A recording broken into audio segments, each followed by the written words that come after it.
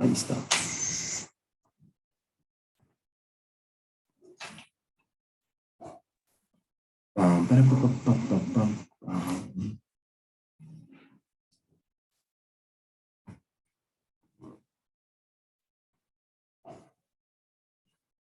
Buenas tardes, muchachos, buenas tardes, niñas.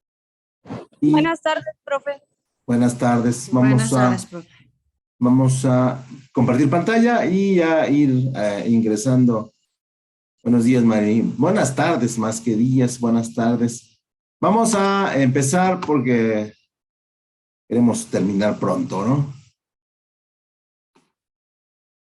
Y vamos a ver por acá, ¿quién tiene? Ah, sí, Mari, buenas tardes, Mari, buenas tardes. Vamos a empezar a compartir la pantalla y bueno, vamos a iniciar.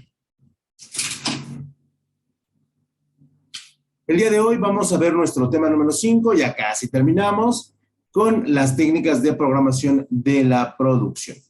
Y bueno, hoy vamos a ver las técnicas, pero sobre todo que tienen que ver con estos procesos de planeación que pues, el departamento de producción necesita para desarrollar sus diferentes actividades. Y entonces, en ese sentido, vamos a tratar de explicar cuáles son las principales presente, no me da acceso. Marco ya entró. Marco ya entró. Gracias, proveedor. De nada. Entonces les decía, vamos a tratar de explicar algunos puntos relevantes acerca de las técnicas de programación. Cuando hablamos de la programación, tenemos que forzosamente referirnos a lo que es la planeación. Y entonces, en ese sentido, seguimos buscando métodos para planear correctamente el control de la producción o la producción de diferentes productos o servicios. Entonces, en ese sentido, primero que nada, tenemos que establecer el concepto de la producción, de la programación de la producción. Perdón. Y entonces, en ese sentido, vamos a establecer lo siguiente. Y decimos que la programación de la producción se ocupa de definir, primero que nada, los planes y los programas. ¿Estamos de acuerdo? Entonces, no podemos hacer una programación, y esto es una regla de administración, no podemos hacer una programación sin dos elementos fundamentales. Primero que nada, para hacer una programación bien hecha, necesitamos el plan, ya sea el plan de cortito de mes, el plan cuatrimestral o el plan anual, y después necesitamos qué es lo que vamos a hacer. ¿Sale? Necesitamos el programa. Y una vez que tengamos el programa, hacemos el desarrollo de las etapas del producto. ¿Sale? Y eso sucede prácticamente en todos los procesos de administración. Entonces, una vez que tenemos esos dos elementos, estamos en posibilidades de determinar dos cosas. ¿Cuánto y cuándo debemos de producir? ¿Sale? Y estos elementos, pues, van a determinar diferentes niveles. Y aquí, cuando se refiere a niveles, establece la parte de la calidad. Las empresas hoy en día producen diferentes rangos de calidad y diferentes grados de funcionamiento, sobre todo con los elementos tecnológicos. ustedes pueden comprar un teléfono de la misma marca en 3 variables grandes. Un teléfono o un smartphone de gama alta, ¿no? Que su funcionamiento debe ser al 100%. Pueden comprar un teléfono de gama media, que su funcionamiento será entre el 80 y el 85%. Y ustedes pueden comprar un teléfono de gama baja, que su funcionamiento estará entre el 65 y el 75%. Y entonces, depende de la programación y depende de los planes, qué producto ustedes van a fabricar en los diferentes niveles y en sus diferentes detalles. Y esto sucede pues prácticamente con todos los productos tecnológicos que nosotros usamos. ¿Sale? Entonces a eso se refiere ese pequeño punto. ¿Sale? Una vez que establecimos el concepto, podemos definir que las técnicas de programación de la producción tienen que ver con las actividades relativas a la planificación o a la planeación y están destinadas a relacionar apropiadamente la demanda, lo que el consumidor quiere, a través de una labor comercial, lo que nosotros les queremos vender. Y entonces, entre lo que el consumidor quiere y entre lo que nosotros les queremos vender, establecemos lo que puede funcionar en el mercado, ¿no? A través de diferentes ofertas y entendiendo que mi producto, dependiendo de cuál sea, tiene una vida útil en el mercado, ¿no? ¿Qué es lo que yo les platicaba he venido preguntando con el vestido y el pantalón, ¿no? O sea, para el caso de los hombres, comprarse un pantalón nuevo de hace 2 años no tiene ningún problema, pero comprarse un vestido de hace 2 años nuevo no tiene sentido. Y entonces aquí hablamos de ese elemento, ¿sale? O se refiere a ese elemento. De manera que se pueden concretar planes de producción con cantidades específicas de acuerdo a lo que el consumidor quiere y en virtud de una serie de etapas y periodos que el consumidor nos va dando. Y aquí también tiene que ver, y debemos recordarlo, el precio máximo que el consumidor puede pagar por un producto que es totalmente nuevo, es totalmente innovador o está totalmente en tendencia. Y una vez que tenemos esa idea, podemos establecer todos los recursos materiales, los recursos técnicos y la configuración de todo el programa de producción para empezar a producir. Y si nos vamos dando cuenta, la administración o la programación de la producción tiene mucho que ver con las ventas en el volumen que deseamos producir, pero también tiene que ver con las compras, que es la calidad que le vamos a incorporar al producto, dependiendo de la gama que estemos haciendo o de la calidad que estemos haciendo.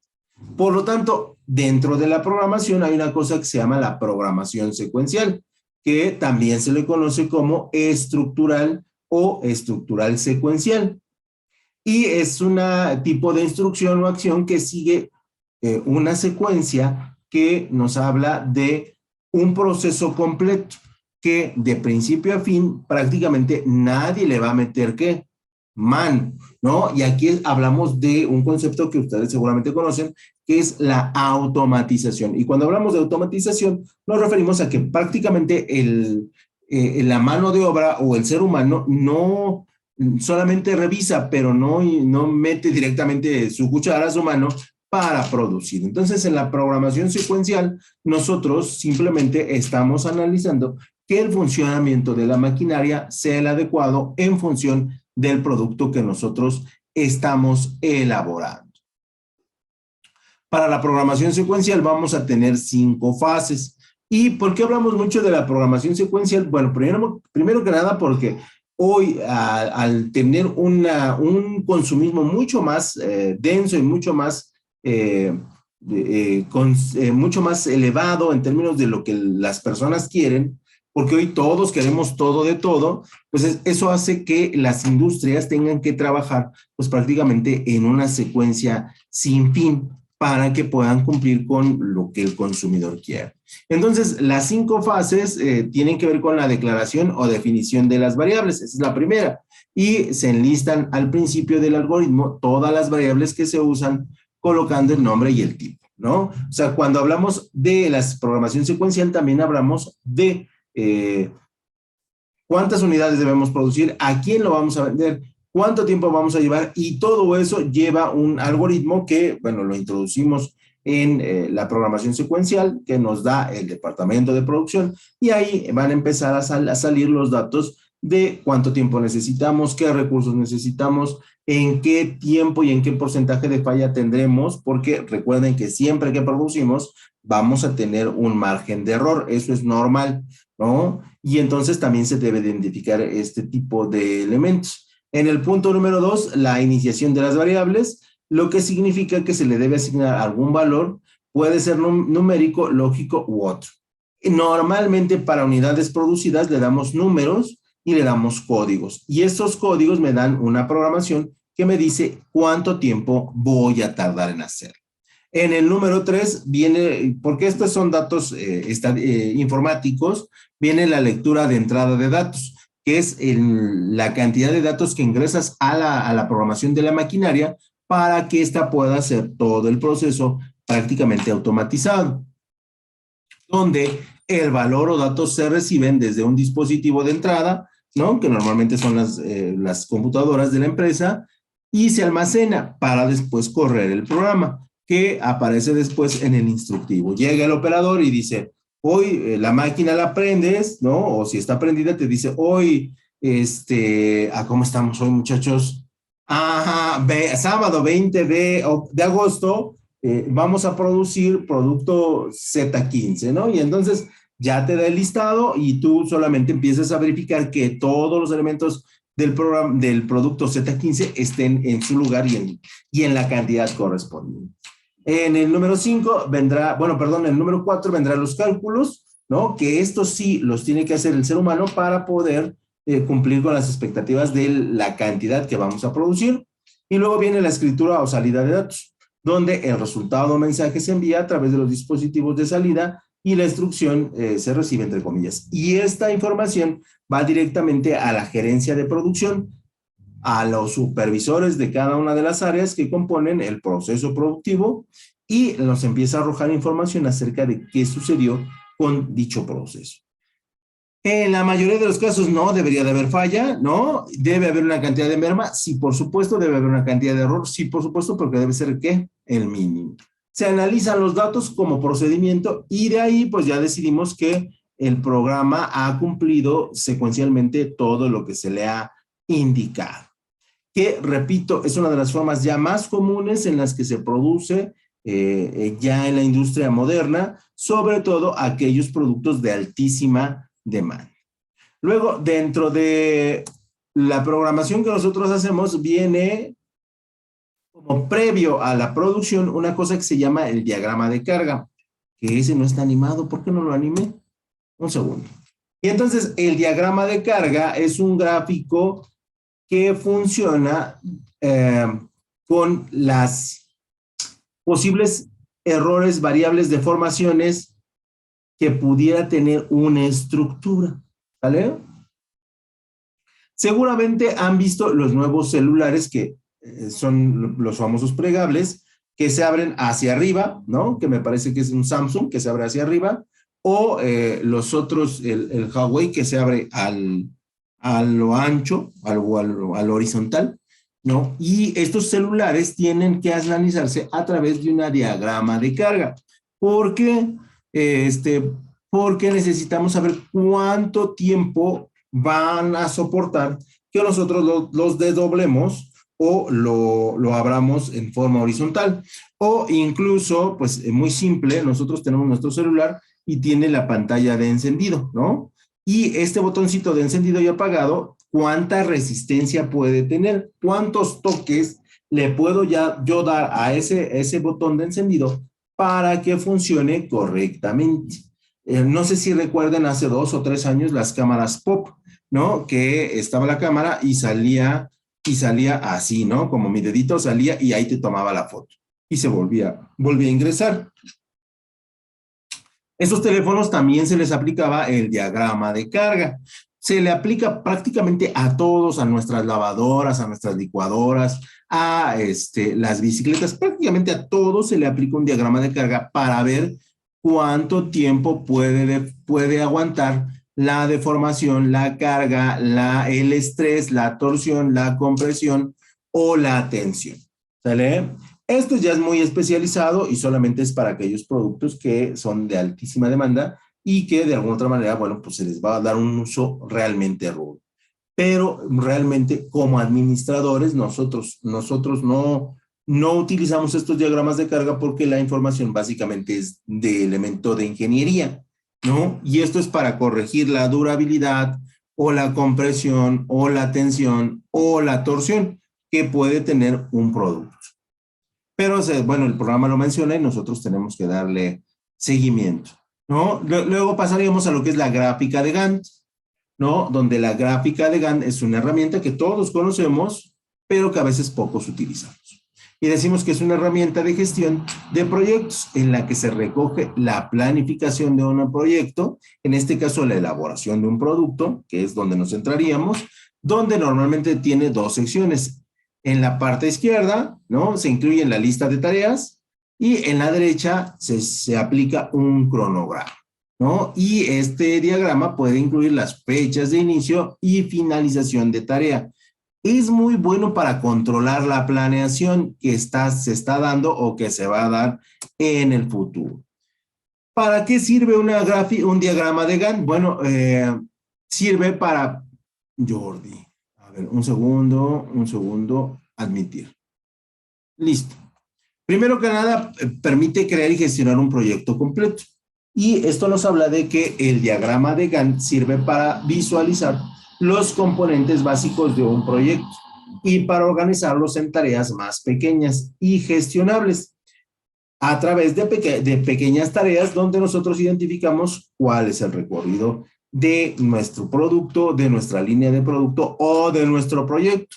Y entonces ahí el diagrama de Gantt junto con las dependencias junto con las dependencias encargadas empiezan a establecer las tareas que cada departamento tiene que hacer y el número de personal que se va a tener que asignar para la conclusión de la tarea. Entonces ese es el primer elemento de la gráfica de Gantt. Luego, vamos a tener la determinar la logística y la dependencia de las tareas, ya sea entre puestos o entre departamentos. Y entonces se puede utilizar para servir la logística del proyecto. Las dependencias de tarea hacen una tarea nueva, ¿no? La suma de tareas hace tareas nuevas y esto nos ayuda a que no haya retrasos, a que haya un control de las tareas y sobre todo que estemos controlando todo lo que está sucediendo al interior de un proyecto.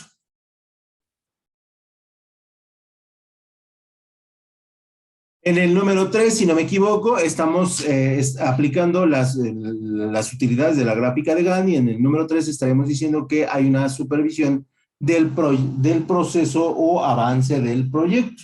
Y entonces, en ese sentido, a medida que los equipos registran el tiempo que van a dedicar a incidencias en el plan, puedes supervisar el estado de los proyectos. O sea, puedes ir trabajando a partir de tareas separadas, viendo cómo va a avanzar el proyecto ya en la unificación de tareas que le dan la conclusión al proyecto.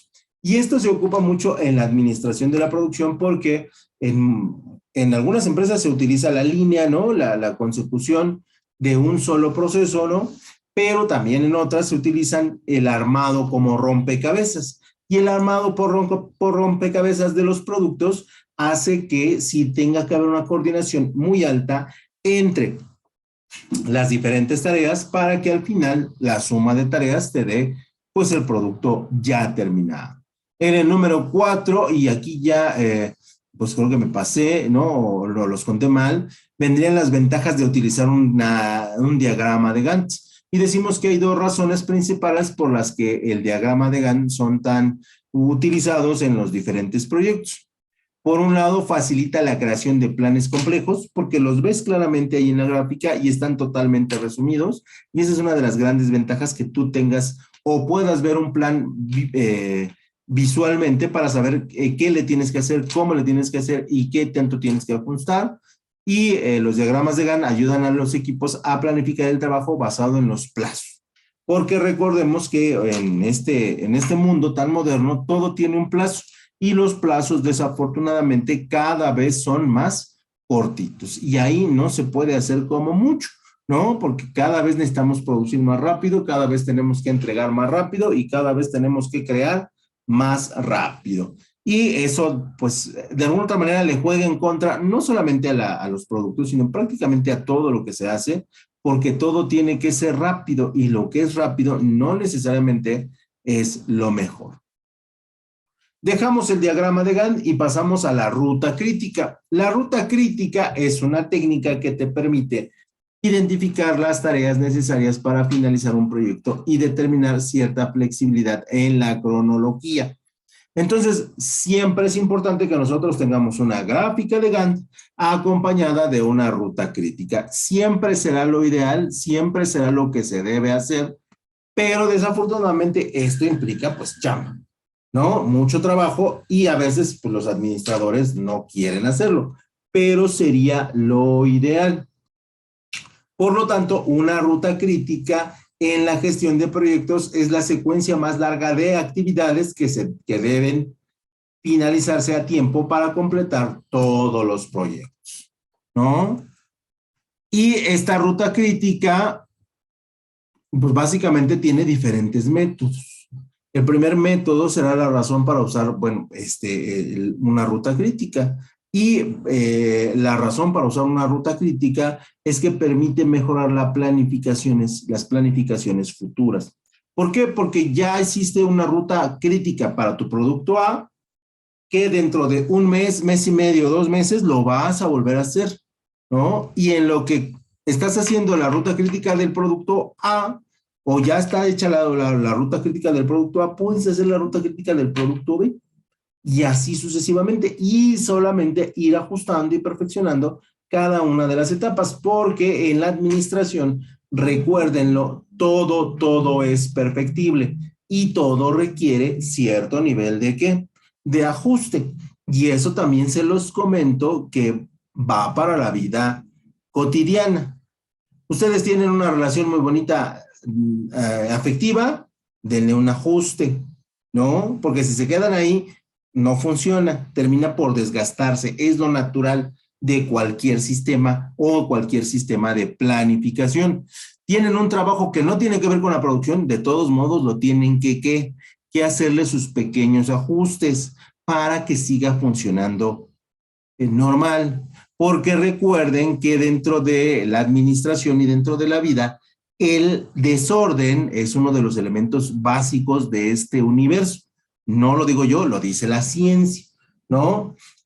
También la ruta crítica te permite que la gestión de los recursos sea más efectiva y el método de la ruta crítica ayuda a que los gerentes de proyectos prioricen la tarea, la cual brinda una mejor idea de cómo y dónde utilizar los recursos. Por supuesto, pero aquí para ustedes poder hacer una ruta crítica necesitan conocer forzosamente a la perfección el proyecto, el desarrollo del producto, los componentes del producto o cualquier una de estas variables. También la ruta crítica evita los obstáculos en los proyectos porque puede causar pérdidas de tiempo valioso. Y recordemos lo que dijimos hace rato. Estamos siempre cortos ¿de qué? De tiempo, ¿no? Esa es la realidad. Es una pena por la industria mexicana, ¿no? Que siempre estemos a las carreras, porque eso nos quita productividad y le quita una buena calidad de vida al trabajador, ¿no? Y entonces aquí estar muy conscientes de los tiempos nos ayuda a mejorar muchísimo la productividad de prácticamente toda la empresa, no solamente del área de la producción. Para encontrar la ruta crítica implica evidentemente la observación, la duración de las tareas críticas y las no críticas también. Y de alguna otra manera que ustedes determinen en qué momento el trabajo va a tener un tráfico tal que no le permita seguir avanzando. Esto se da prácticamente en todas las actividades, ¿no? Ustedes pueden trabajar muy bien ciertas etapas, pero habrá una donde por el tipo de información, por la complejidad de la información o por la delicadeza de la información o del proceso que estamos haciendo, la información se detiene. Esa es nuestra ruta crítica. ¿no? Si yo les preguntara, y aquí es muy simple para explicar la ruta crítica, en el trayecto de su casa al trabajo, ¿cuál es el punto donde tienen más tráfico? Y ustedes me dirán, pues fíjese, profesor, que yo de aquí a acá, ¿no? Este es el punto más duro. ¿Se puede hacer algo para evitarse ese punto? Sí, no. Si se puede hacer, entonces hay que trabajar esa ruta crítica para mejorar el recorrido de su casa a su trabajo, ¿no? Y entonces he ahí que empezarán ustedes a practicar rutas críticas. La ruta crítica no es otra cosa más que los puntos en los cuales el incremento de tiempo hace que la productividad disminuya, ¿sale? Porque estamos en un punto trabajando y ahí se detiene, ¡pum! Y en el momento en que se detiene, todo lo que está sucediendo atrás de ello deja de funcionar. Y entonces ahí es donde nos volvemos poco productivos.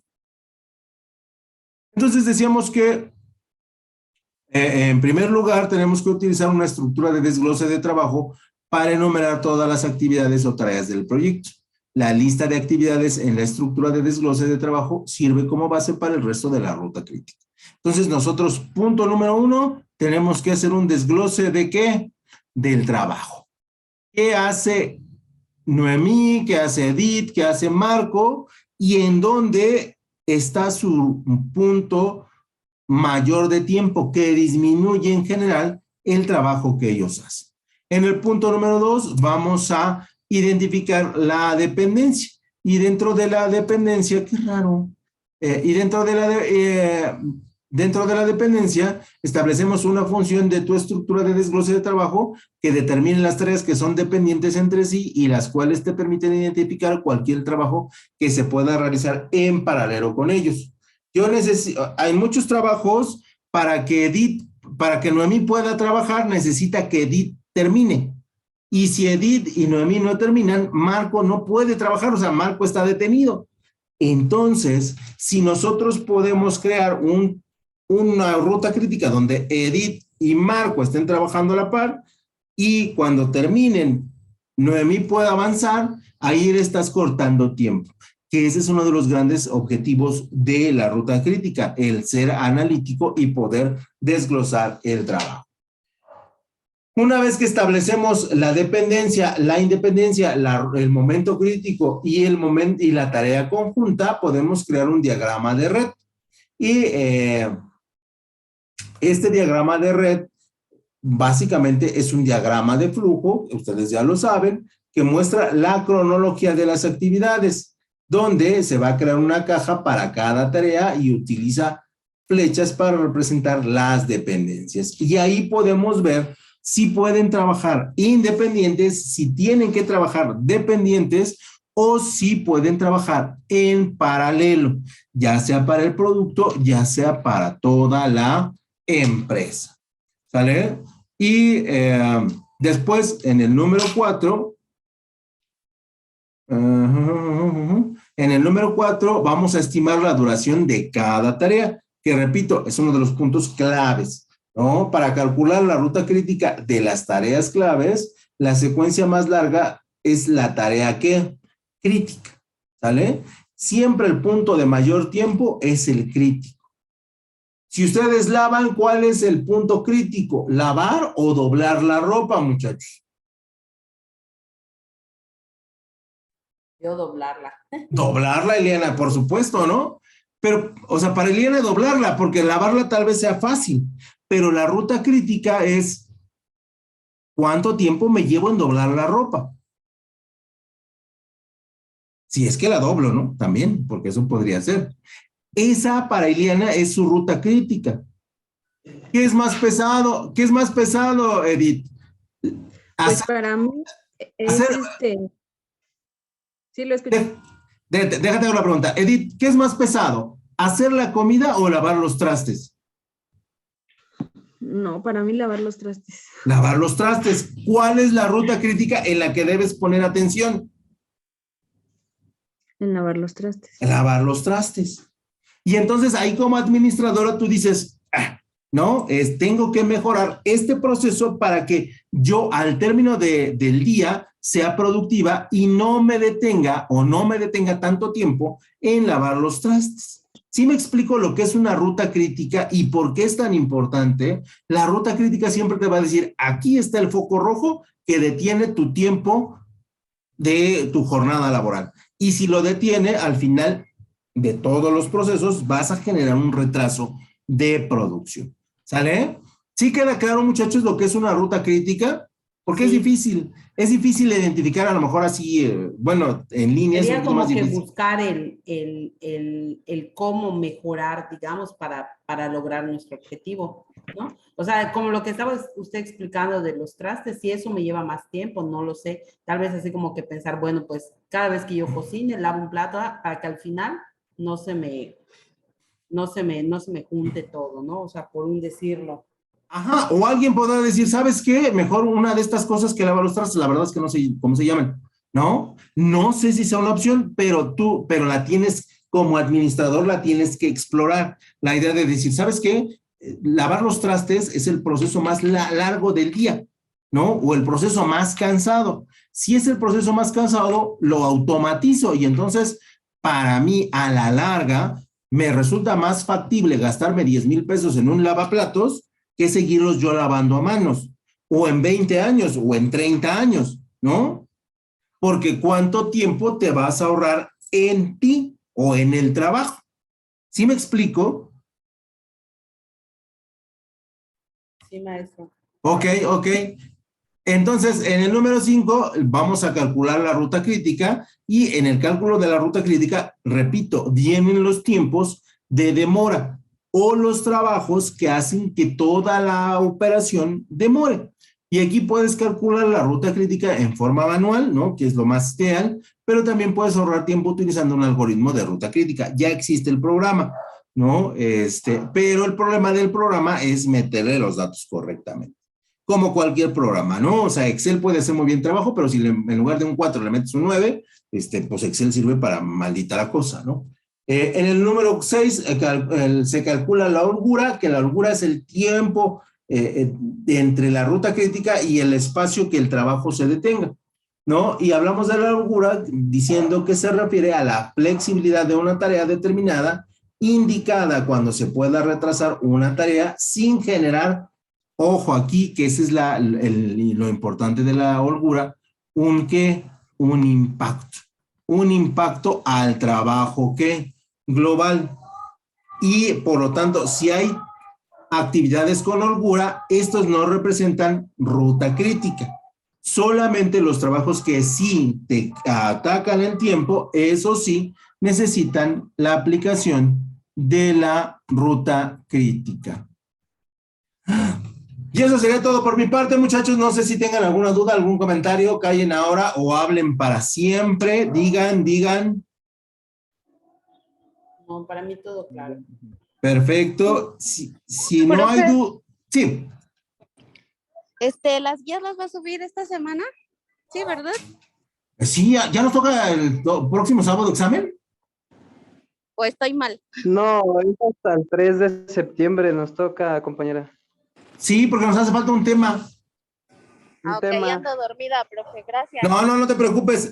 También ahí me sacaste, viste, hasta hice ojitos de, ¿a poco ya nos toca examen? Porque me falta un tema, ¿no? Pero según yo nos hace falta una clase y luego el examen. Y sí, efectivamente, una vez que terminemos la clase del próximo sábado, pues entre lunes y martes subo su guía, como siempre se hace. Ok, muchas gracias, profe. De nada. ¿Alguien más? No, todo bien. No, ok, bueno, muchachos, descansen, cuídense mucho. Recuerden que hace falta una persona para exponer, ya sea de derecho mercantil, ya sea de gestión, no se les olvide que todavía está pendiente eso. Y sería lo ideal que fuera esta semana para que no se les juntara con el examen, para poder preparar el tema. No los obligo, pero espero ahí su respuesta de quién quiere, quién dice yo. Me despido, cuídense mucho, nos estamos viendo el próximo sábado. Gracias, Okay. maestro. Hasta luego, buen fin de semana y buen inicio de semana. Mándenme su asistencia, por favor, a WhatsApp. Sí, muchas gracias. Hasta luego. Hasta luego. Gracias, profe. Hasta luego.